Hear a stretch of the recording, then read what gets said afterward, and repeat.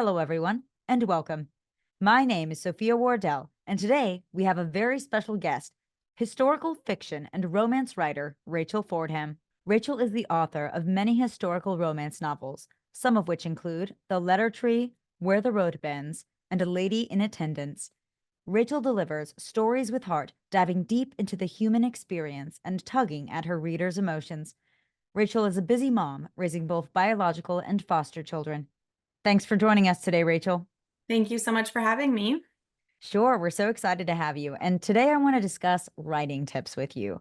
Okay. So, as the author of several books that encompass multiple themes in them, how do you best combine historical fiction, romance, and mystery novels into one story?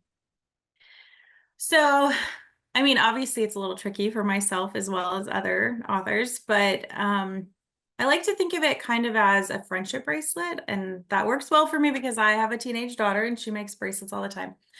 But she has all these different threads and then brings them together to make one bracelet. And so I will even sometimes just jot down what's my mystery thread, what's my romance, and or even what's my character's growth thread, things like that. And I'll write those out as I recognize them as I'm writing. And then, each chapter, each scene should be progressing at least one of those along. And if it feels like it's progressing, if I'm spending too much time on just one of those, then I know that I need to go back and revisit or find a way to pull in another color, another thread. And so that's really been the secret for me, is just to like pause between scenes and chapters and just be willing to think, did I hit all of these? Are these all moving along?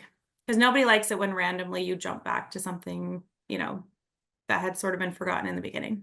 Yeah, exactly. And how would you say that you balance the historical accuracy along with fictional elements like romance, mystery, and some of those other fictional elements without compromising the authenticity or intrigue of the story?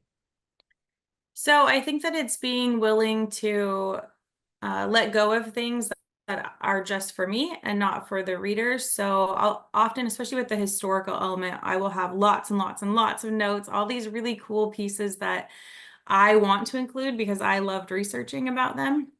And being able to step back and go, was that just for me as the author so that I could set the stage for this story so that I could put it into that time frame for myself, or is it really necessary for the story? And so for me, it's a lot of letting go of things that were just for me. It's also trusting the author. Like, it's really easy to get redundant with something if I'm worried that they won't grasp it, but realizing that they can follow the story, that they're not writing it in little chunks over the space of a month. And so, in a more condensed time, like, if they're reading chapter one, what I wrote in chapter one doesn't need to be repeated in chapter two.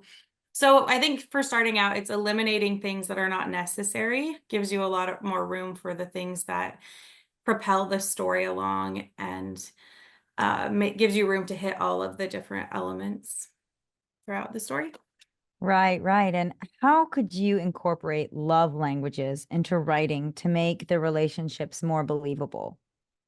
Yeah, so when I first started writing romance, I realized that I would send my story off to a few different early readers, and the story would resonate really strongly with only a few of the readers.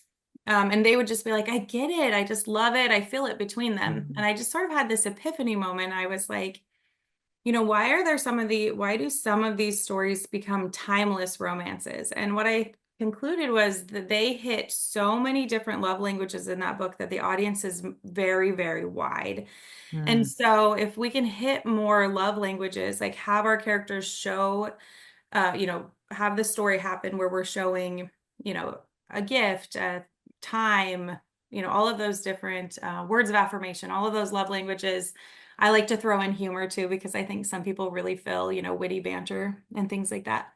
But if yeah. we can show more of those, often you don't even have to rewrite the story. But if you'll just say, man, all I'm ever doing is having them talk and nothing else is happening between them, then you can go back and say, well, while they're talking, why don't I have them, spending quality time or doing something memorable? Or why don't, instead of him saying this, how about I have him slide a note under her door with a gift with it?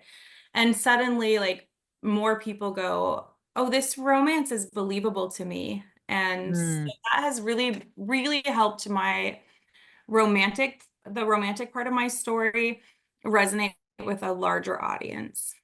Yeah, I love that. I think that's important for authors to know and to take into account where, instead of having kind of a one-sided love story where there's only kind of a one dimension going on with, they spend a lot of time together, but that's about it. Or I like how you dabble in all the love Right, languages. or it's all physical touch, and those will work Mhm. for some people, but if you Mhm. want it to work for more people, obviously you can't force your, romantic hero to do something that's out of character. But I think a lot of times just realizing that maybe you're only writing in the love language or only Mm. writing for one, the way that one audience would receive it, but that it's really easy to broaden that.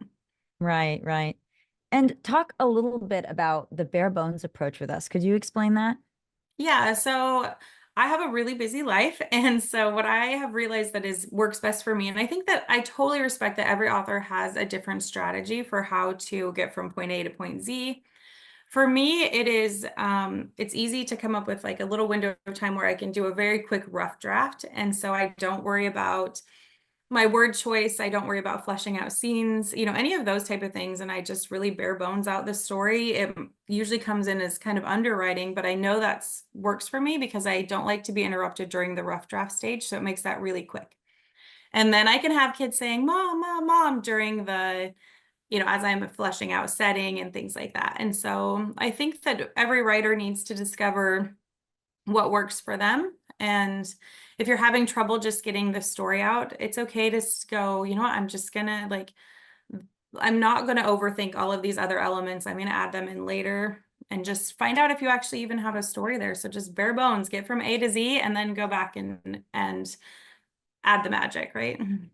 Right. I really like that because I've talked to so many authors that have kids, more kids, their husbands, another job, a full-time job. And some of them have that little space out every morning, and some of them have to, yeah, sit down and just go and just write and be uninterrupted and kind of have their space or their room or their closet where they Exactly. where they kind of have their magic happening. So, well, again, Rachel, thank you so much. This was great input on writing tips.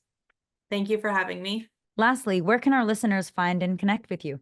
All right. Well, I am on Facebook, Rachel Fordham fans. I'm on Instagram, Rachel_Fordham, and I have a website, rachelfordham.com. That's all the time we have for today. Thank you, everyone, for tuning in to today's interview with historical fiction and romance writer Rachel Fordham. Be sure to check out our website for more videos.